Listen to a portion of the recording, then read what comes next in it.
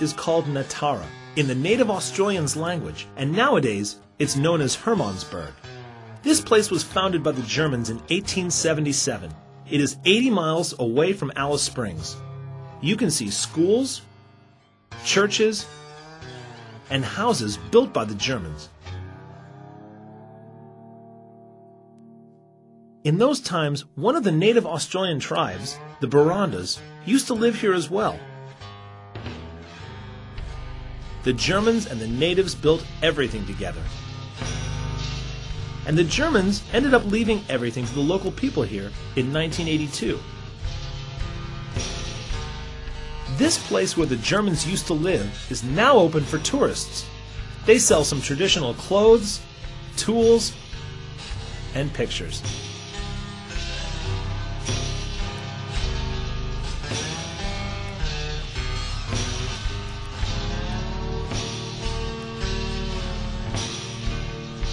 It's interesting that native Australians rarely use human figures in their pictures.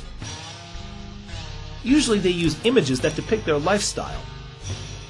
You can see many koalas, kangaroos, or even worm figures which they used to eat.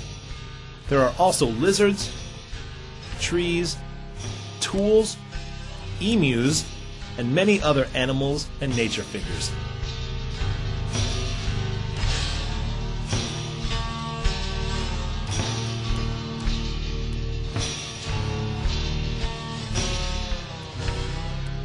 Here is a newly built church next to the old one. This is the cultural center of native Australians in the region, where they perform their traditional arts and exhibit and sell some of their handmade things.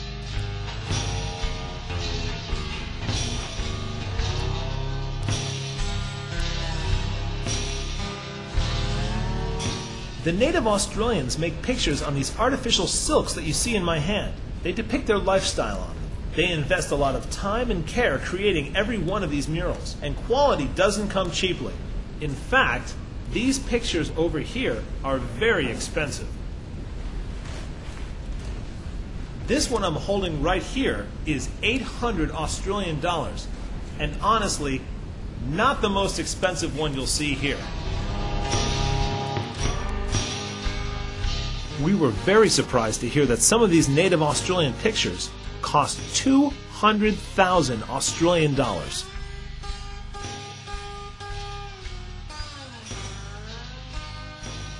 Native Australians have many languages.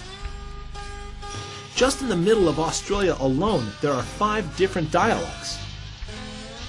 And in the whole continent, there are more than 1,000 different languages spoken. In this child care facility, the kids are taken care of. While their parents are busy with their drawings, they usually learn and play at their school under the supervision of one of these employees. But sometimes they just prefer to play outside. The native Australians' culture and traditions have continued here for many generations. They pay special attention to their children's education about their culture. Within the next several decades, their children will be the owners of this land and will represent their future.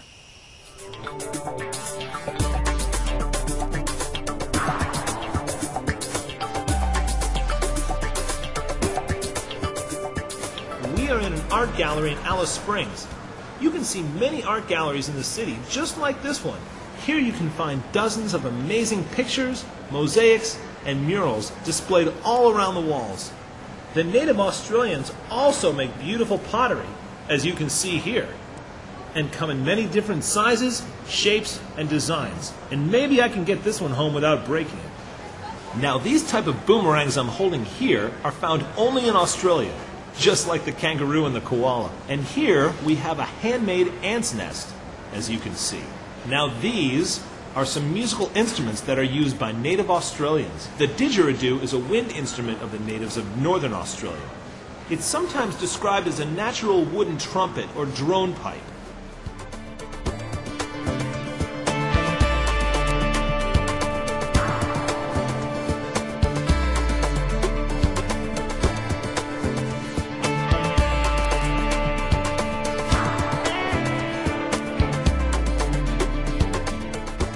Music musicologists classify the didgeridoo as an aerophone.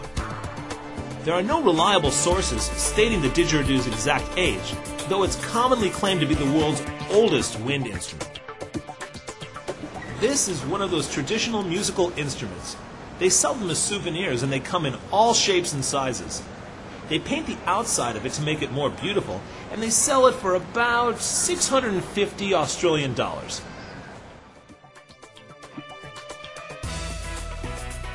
The didgeridoo is a type of musical instrument which I've never seen before.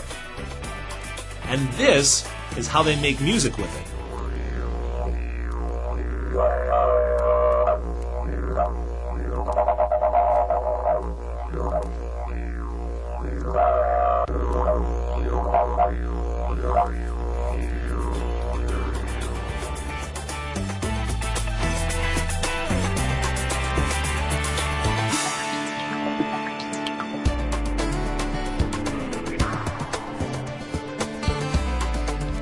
Melbourne is the second largest city in Australia. It is a harbour city. We're told that this city was chosen the best city to live in the world. Now I can see why.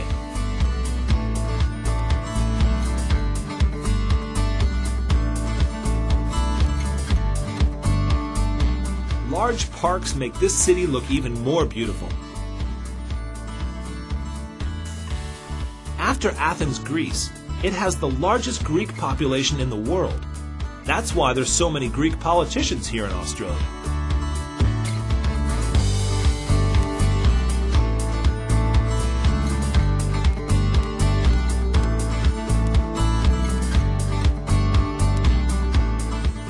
It's good to have parks in many parts of the city. They're like an oasis in an urban setting. This is a very common quality of Australian cities.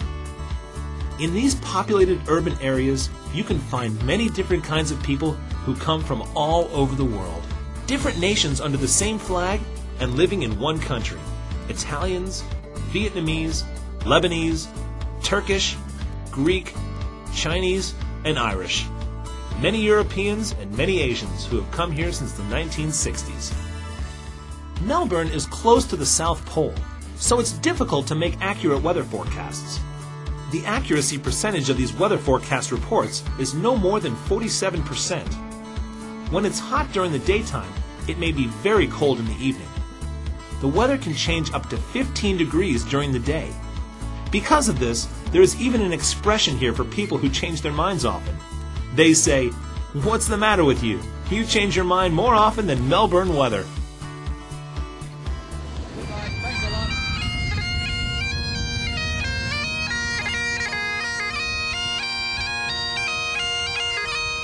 This group is preparing for a special festival, and they seem to be in step during their rehearsal.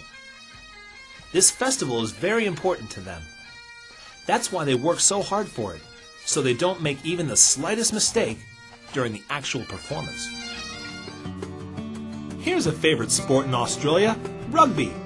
You need to be in top shape to run up and down the field with these athletes. They don't wear helmets or shoulder pads, which probably makes the physical aspect of this game very painful. We are making our way towards the 12 Apostles, a group of rocks along the coastline. But first we need to stop and have some rest. Look here, a llama farm.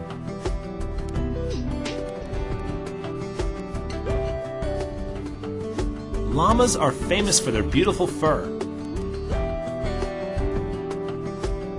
This natural material is used in the textile industry. Sweaters made from llama fur are very expensive.